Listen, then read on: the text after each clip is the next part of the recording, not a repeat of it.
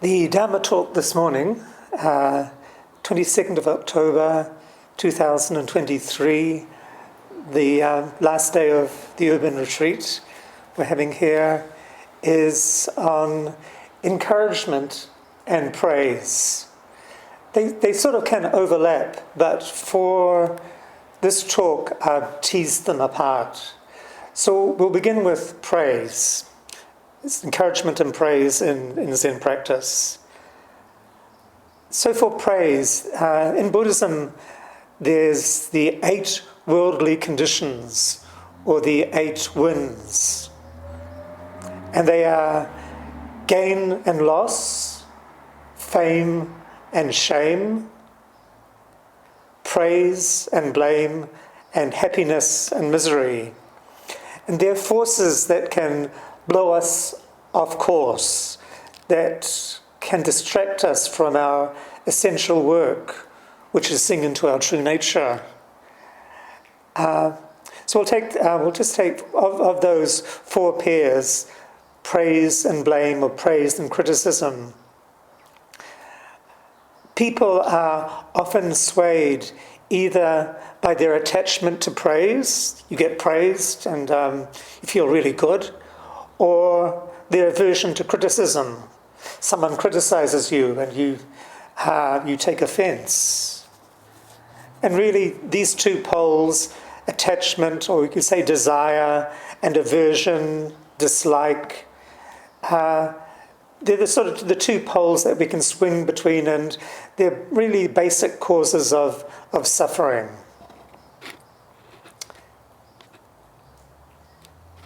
In Zen practice, it's not that often, especially in a training environment, that a student receives praise. And why is this? It's because it's very easy for our ego, our small self, to cling to that praise. We become inflated, and the praise only serves to reinforce or bolster our ego. Well, the purpose of Zen practice is to see through this limited ego and to experience, in the words of Hakuin, our true self is no self.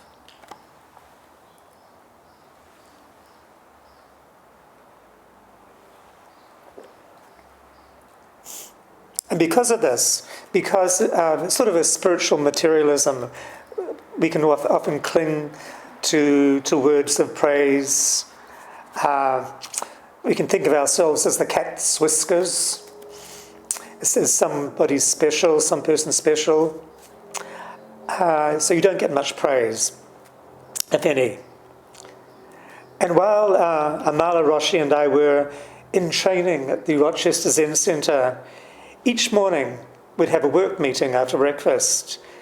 And at times our teacher, Bodhin Roshi, would take the meeting as an opportunity to upbraid us in our approach to work. We'd been slack in some respects, or to point out areas in our collective practice that needed to be addressed. This was a way of keeping a taut training atmosphere at the centre.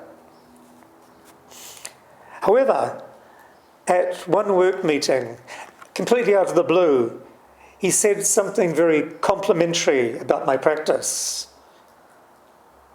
Oh no, I thought, with a sinking heart. Why did he have to say that? In a strange way, that praise stung as much as criticism. I suppose while I was in training, I just wanted to get as much as the Dharma as I could. The years I spent at Rochester, I sort of felt like keeping a low profile. I'd be a good Zen student and follow along. So that's maybe why it stung a bit. If our words and actions were in tune with our true nature, there would be no need for praise or blame. We would simply be acting in accord with who we are on the deepest level. And there's a Zen capping phrase that points to this.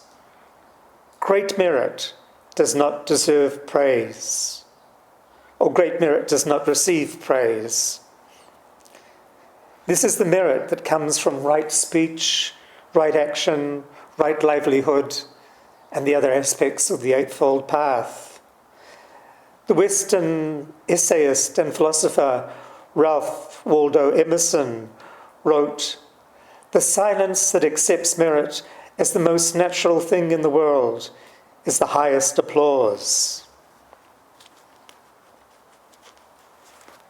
And in the absolute sense, there's no one who gains merit, no one to praise and no one to blame.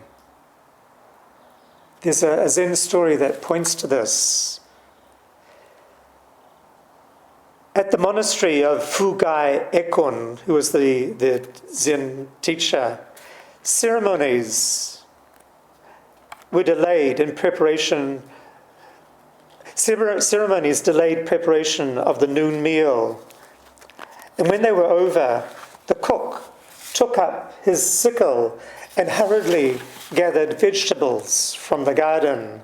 In his haste, he lopped off part of a snake and, unaware he had done so, threw it into the soup pot with the vegetables. At the meal, the monks thought they had never tasted such delicious soup.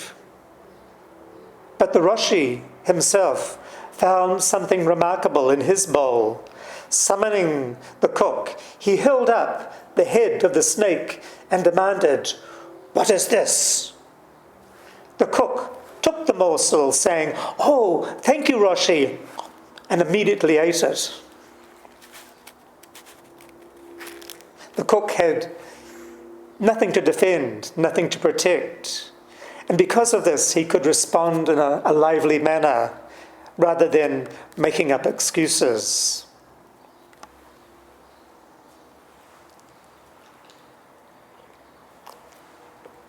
So in this, in respect to praise and blame, there's a koan, case 11 in the Mumonkan, and it's about Jiaozhou and the two hermits. And it goes like this. Jiaozhou went to a hermit's hut and said, "Are you in? Are you in?" The hermit raised up his fist. Jiaozhou said, "The water is too shallow for a ship to anchor," and he left. He then came to another hermit's hut and called out, "Are you in? Are you in?"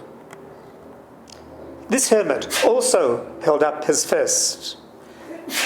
Jiaozhou said, "Freely you give, freely you take away, freely you bestow life, freely you destroy." And he made a deep bow.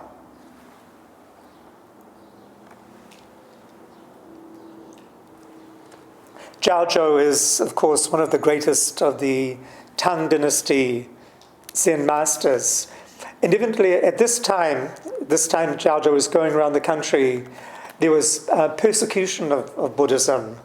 The emperor was Confucianist, and he forced a lot of the temples to close and for the monks to return to lay life. And to get around this, a lot of Zen practitioners went to mountains and practiced alone. So these two hermits may have been seasoned Zen practitioners. We don't know. There's a great book by Bill Porter, aka Red Pine, Road to Heaven, Encounters with Chinese Hermits. And at the beginning of the book he writes, "Throughout Chinese history, there have been people who preferred to spend their lives in the mountains, getting by on less, sleeping under thatch, wearing old clothes, working the higher slopes, not talking much, writing even less, maybe a few poems, a recipe or two, out of touch with the times, but not with the seasons.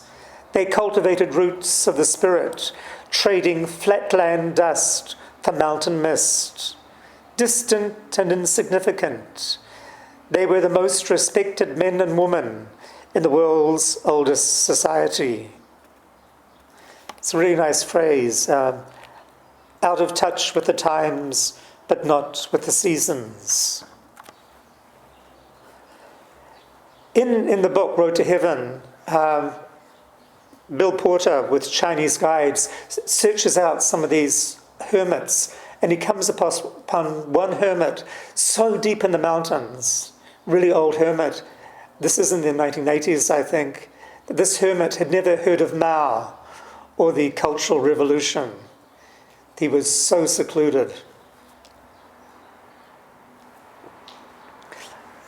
And in Zen practice at the time in China, often after you completed your formal training and before becoming a teacher, often you'd do a solo retreat in the mountains for a year or two, just to deepen your practice in solitude.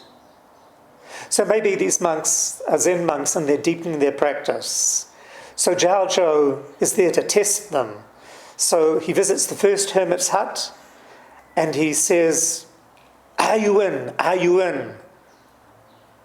He could probably see that the hermit was in. Very small hut, often no doors. And this hermit comes out and raises his fist. And Zhao Zhou said, "The water's too shallow for a ship to anchor." So he's saying, "Your practice is not so good. I'm not going to stay here. Nothing to learn from you." Then he came to another hermit, and same thing. He calls out, "Are you in? Are you in?" And again, this hermit raises up his fist, identical to the first hermit. And Zhao Zhou says, "Freely you give, freely you take away, freely you bestow life, freely you destroy life."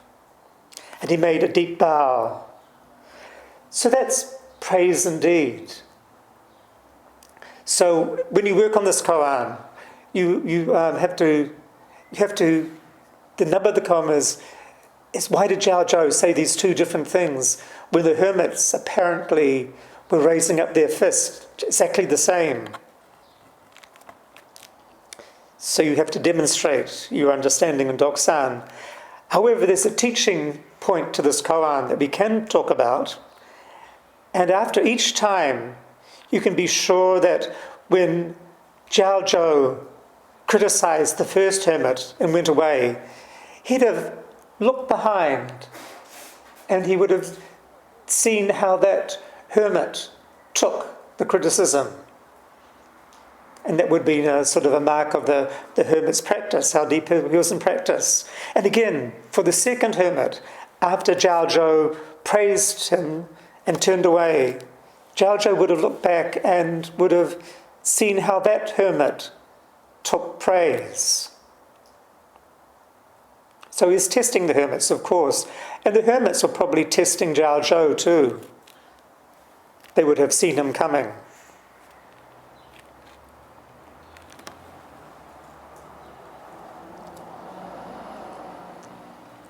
Aiken Roshi writes this: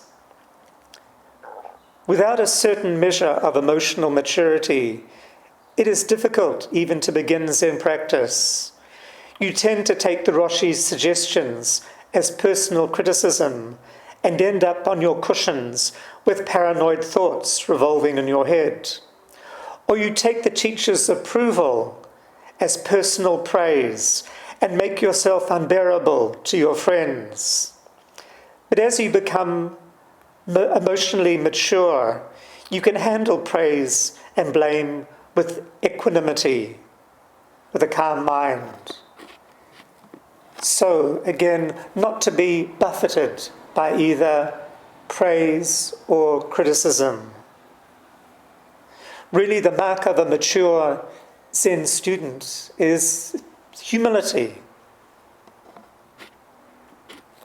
As I was preparing for this talk, I came across an article in the Guardian about this, about a Norwegian novelist and playwright, John Fosse, who'd received the 2023 Nobel Prize in Literature. And in an interview, he was asked about the best advice he'd ever received. And he said, I think the best advice I've learned from life is to listen to yourself, not to others. Stick to what you have, not to what you want to have or wish you had. Stay close to yourself, to your inner voice and vision, and how you want the writing to be. When my first novel was published, it got lots of bad reviews, and they haunted me. And if I had listened to them, I would have stopped writing. I decided to listen to myself instead, to what I knew. Ever since then, that has been a kind of rule for me. Of course, this goes both ways. For some years now, my writing has been well received, and I've received many awards and so on, but I try not to let it influence my writing in any way. Good reaction or bad reaction, it doesn't matter. I stick to what I know, what I feel I need to know, what I can do, and not what I want to do. So again, he's saying basically not to be swayed by praise or criticism. However, I should add a caveat. Sometimes if you're a writer, it's good to get criticism or feedback. A lot of writers do. With my manuscripts, I always get Amala Roshi to read them through. And she always makes some really good suggestions, most of which I take up. And if you're a writer, it's also good to work with a good editor who can provide good suggestions or even criticism. So you're a writer, you're not entirely alone. You're supported by others in your work.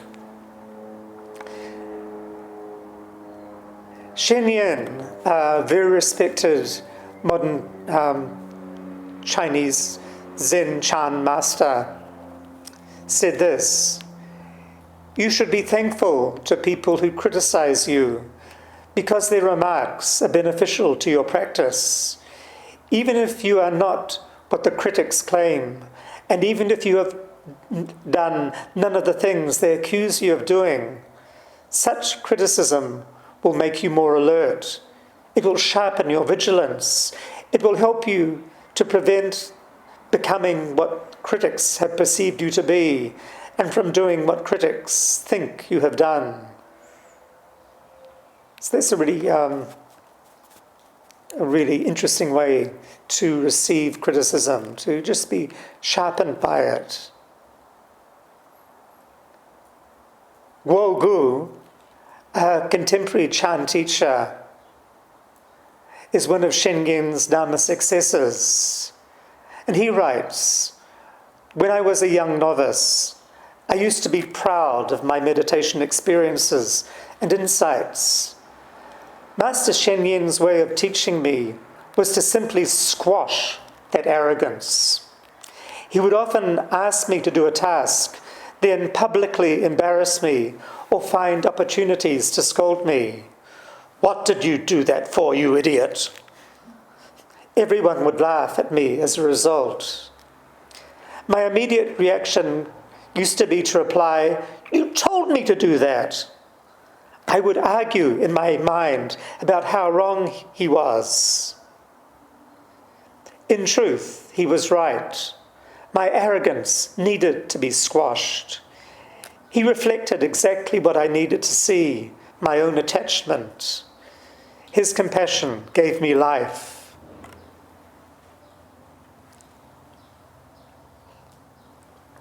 Needless to say, Master Shen Yen saw Guo Gu's potential and knew he could take harsh criticism.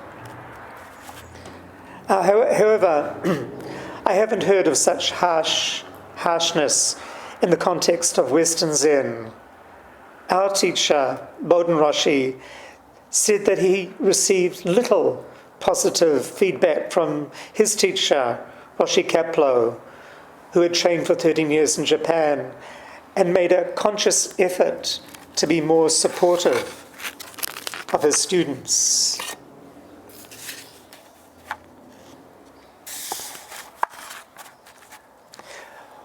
While we were at the Rochester Zen Center, a retired Turkish diplomat came for a training period. He was actually the ex-wife of a senior student at the Zen Center. Sorry, the ex-husband of a senior student at the Rochester Center. And this guy, he was really urbane and well-read. I remember we had a really great chat with Italo Calvino, an Italian writer that we both really liked. And he had some fascinating stories of his life as a diplomat. And I looked forward to hearing more of his stories, because it's not often you meet someone from such an interesting background. But on the second morning of his training period, after wake up at 5:15 a.m. and before early morning sitting at 5:45 a.m., Sevan, the head of Zendo, found him in the staff kitchen, preparing himself something to eat. This was contrary to the training guidelines. Breakfast comes after the early morning sitting, and he was told in no uncertain terms to get to the Zendo. Straight after breakfast, he packed his bags and headed out the door.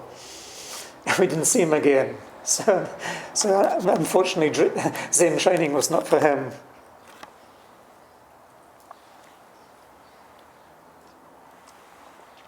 Okay, so for the second part of the talk, we'll now go to encouragement.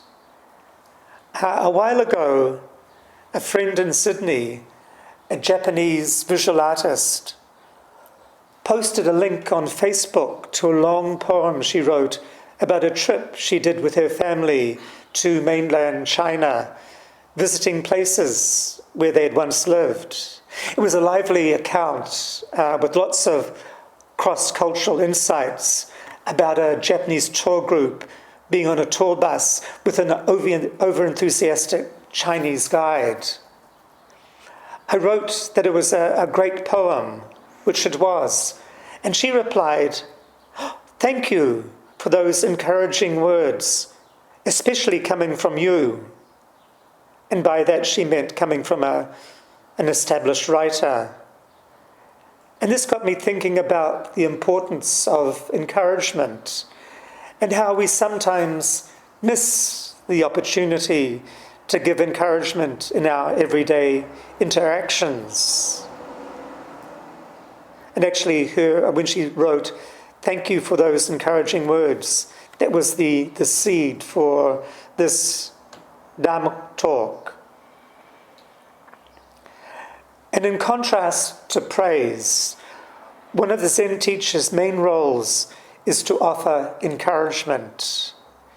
She is there to support the student in his or her practice, giving advice and encouragement, usually in the Doksan room, when needed.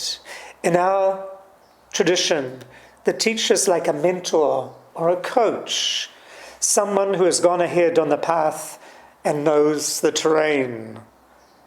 A Zen teacher, because she has been there herself, is able to point out the pitfalls, the dead ends, and the wrong turns we often take in our practice. We can feel discouraged, which happens to us all. And when we feel discouraged, a few words from the teacher can sort of lift us up and put us back on track. I remember the end of one intense 7-day sesshin, and in my last Doksan, Bodhin Roshi said, "Well, you got the closest in this sesshin." And he meant that I got the closest in regards to seeing into Mu. And with those words, it sort of propelled me to redouble my efforts in the next sesshin.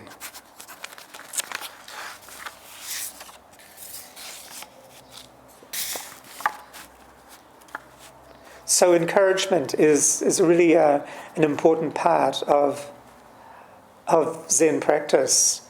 And here's Aitken Roshi again. Some portion of my work as a teacher is always given over to offering encouragement. I remember times of great discouragement in my own early practice, and am eternally grateful to my teachers who always took my complaints seriously and gave me the support I needed. Now, in turn, it is my task to repay their kindness by diverting their encouraging words to my students, rededicating their wisdom and compassion. So, Zen teachers have been supported by their teachers, and in turn, Zen teachers support their students. Not only teachers give us encouragement, it's encouraging to be part of a group. It's encouraging for a centre to have people coming to the sittings and attending urban retreats and sessions. This is really, it's so encouraging to see. And when we sit together, this confirms the fundamental Buddhist teaching of interdependence, that no one is separate. The effort that you make in your practice encourages me to make an effort in my practice. During one winter session in Rochester, I would take my mat and cushion onto the back deck. Rochester's in upstate New York, so there's long winters, sometimes 5 or more months of winter, and it snows a lot. So I'd take my mat and cushion onto the back deck, and I was bundled up against the cold and wore a Russian fur hat, which my teacher had given to me. Actually, this fur hat had quite a history. It was given to my teacher, Boden Roshi, when he was in Poland, supervising a session with Roshi Kapleau. And while I was in Poland, a Red Army Guard, this was before the fall of the Berlin Wall, I think sold him this Russian fur hat. Anyway, after session, one of the participants said that he was inspired to see me late at night in the kitchen when I came in to get some crackers. And crackers were usually put out after 10 p.m. in sesshin to encourage people to continue sitting after the evening rounds. And we do this in our sessions. It's called yaza, late night sitting, informal sitting. But actually, it was not that I was making a special effort in my late night sitting. It was more the romance of sitting on the back deck in the depths of winter, watching the snowflakes cascading down. So I was sort of caught up in the romance of that as well. And for a number of years, while in long-term training at the Rochester Zen Center, I was fortunate to work with the head of Zendo, Sevan Ross, who later became the teacher of the Chicago Zen Center.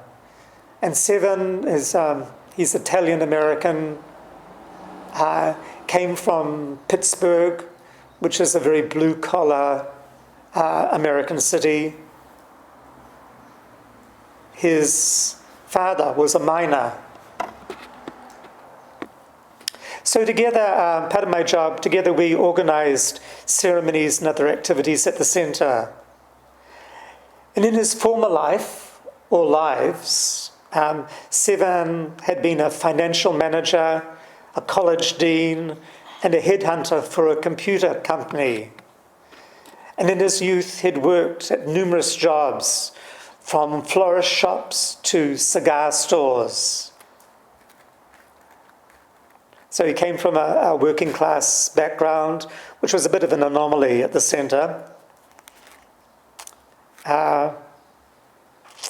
Anyway, he was great to work with, always encouraging and a great delegator.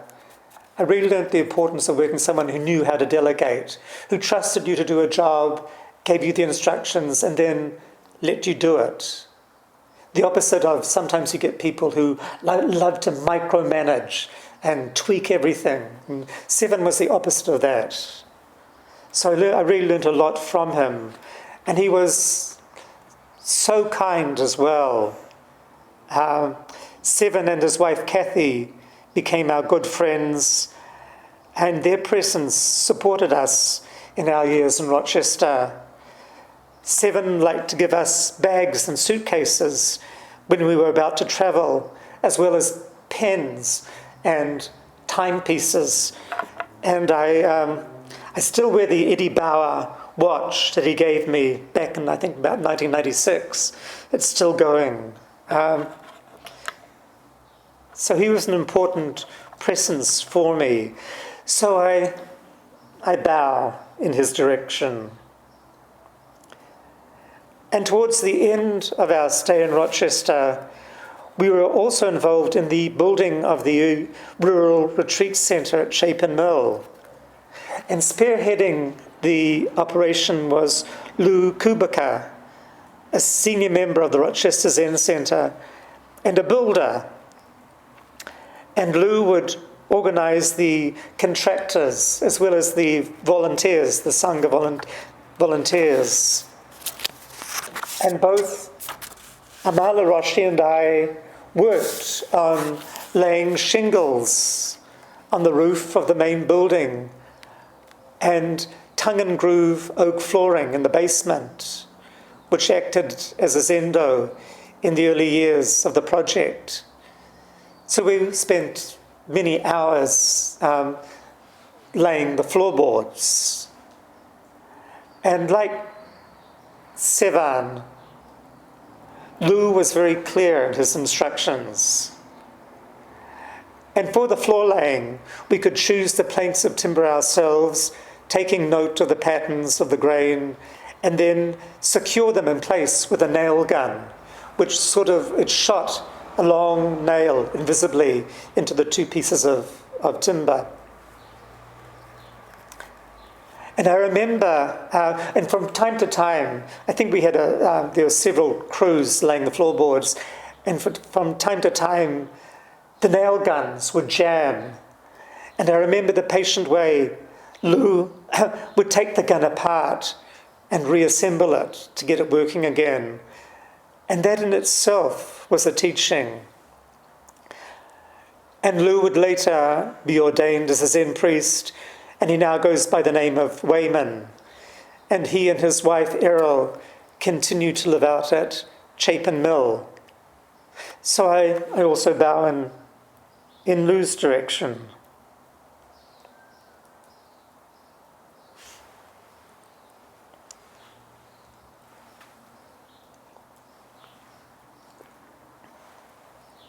And in our lineage, which is the Hakuin Yasutani line of Zen, it's customary from time to time for the teacher or a senior student to give a brief talk in the Zendo. We do that here. And during a 7-day sesshin, the monitors, along with the teacher, also give impromptu talks. And this is a way to enliven the Zendo and encourage people to go deeper into their practice. An effective encouragement talk can change the atmosphere in the Zendo, especially during sesshin, and energize all the participants. Audrey Fernandez, one of the founding members of the Rochester Zen Centre, recalled that the most inspiring talks that Roshi Kapleau gave were often during sesshin, when he would return to the Zendo after seeing 40 or more people in Doksan and give a spontaneous talk. In my own practice, during one sesshin, Mu opened after an encouragement talk by Sevan, the head monitor. From what I remember, it was a dramatic talk about miners using dynamite to blast their way through a tunnel. Anyway, it was what I needed to hear at the time. And later on, towards the end of my time in Rochester, both Roshi and I would sometimes give encouragement talks during sesshin. And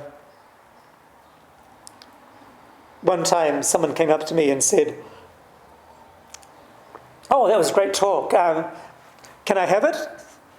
I said, "No, it wasn't written down, it's gone." It was just in the moment and it's gone. However, there's a book by Aitken Roshi called Encouraging Words. And Anne Aitken, co-founder of the Diamond Sangha, senior practitioner and wife of Aitken Roshi, she did write down many of his impromptu talks, and they form the basis of this book, Encouraging Words. And so to end this talk, I'd just like to read a few passages from Encouraging Words by Robert Aitken and make a few comments. Here's the first one. Zazen seems difficult at first, for you are making yourself do it.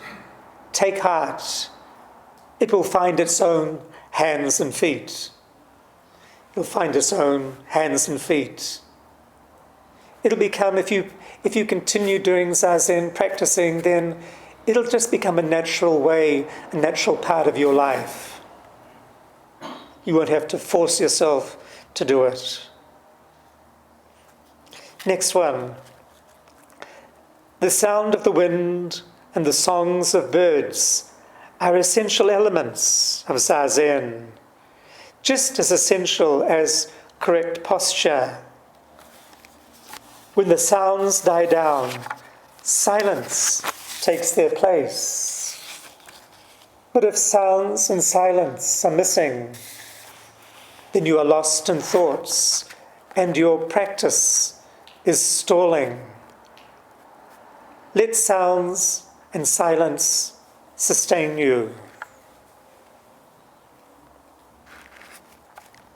Next one, Hui Ha, who is a great Chinese master. Hui Ha said, "The gate to the Dharma is relinquishment. Give yourself over to breathing mu or counting the breath. There is just a tiny step from distraction to attention. Take that step again and again." That's great advice for our practice. There is just a tiny step from distraction to attention. Take that step again and again. When you catch yourself lost in thoughts, just back to mu, back to the koan, back to the breath. If you're breath counting, start from one again. Next passage.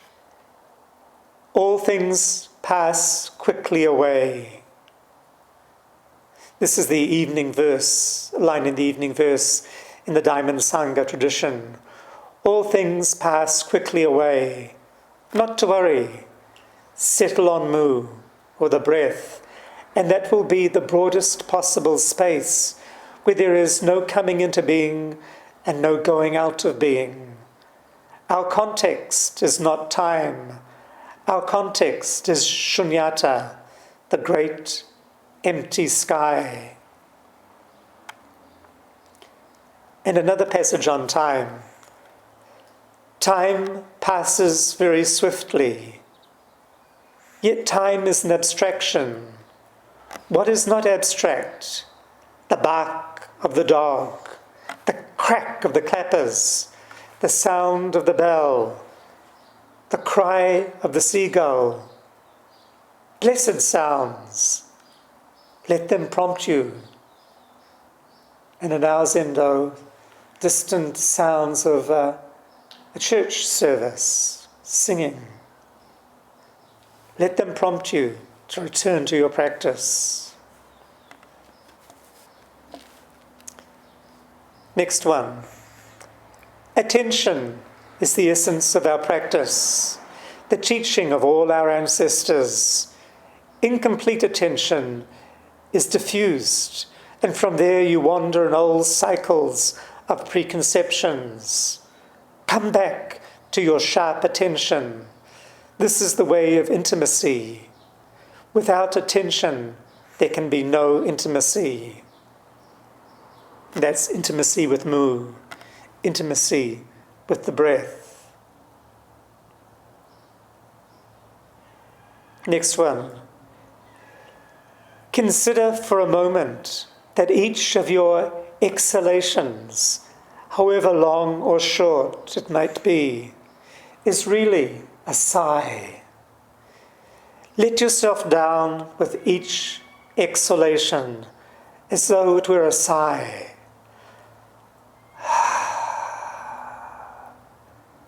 Our grandmothers knew that when they sighed, they could let their worries go.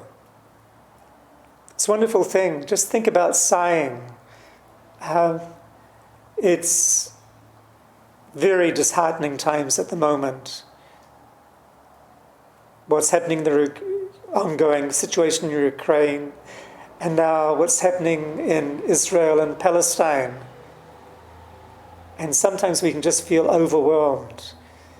So it's good to sigh when you catch yourself being caught up in the suffering of the world. Take a deep breath and just sigh. With that sigh, relax a bit. It can be helpful. It can center us. This sighing, with sighing, it's this sort of letting go. With that sign, we can return to ourself, we can return to our center of gravity, and then we'll be more effective in our everyday interactions. So I think in these troubled times, letting out a sigh every now and again is a great thing to do, because it's an acknowledgement of suffering. So just the sigh. Two more.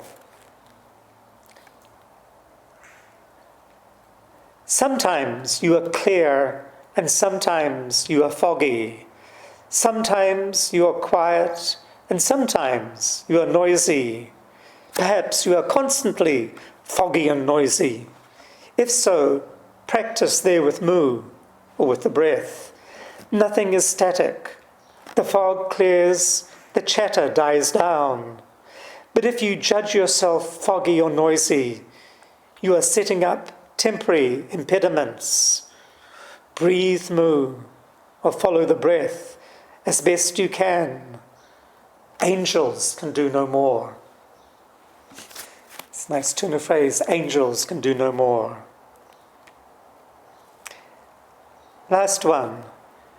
It's natural to wonder, how am I doing? Let me reassure you, you're doing fine. You're doing fine. You're doing fine.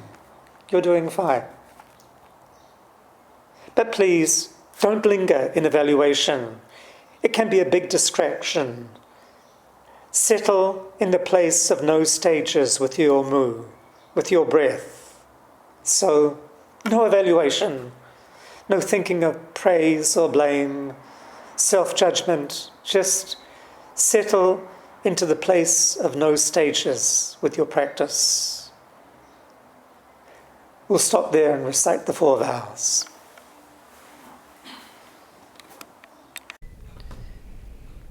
The teaching you have received is offered freely. If you would like to make a donation to support the continuation of this podcast service or learn more about practice opportunities at the Auckland Zen Centre, please visit www.aucklandzen.org.nz.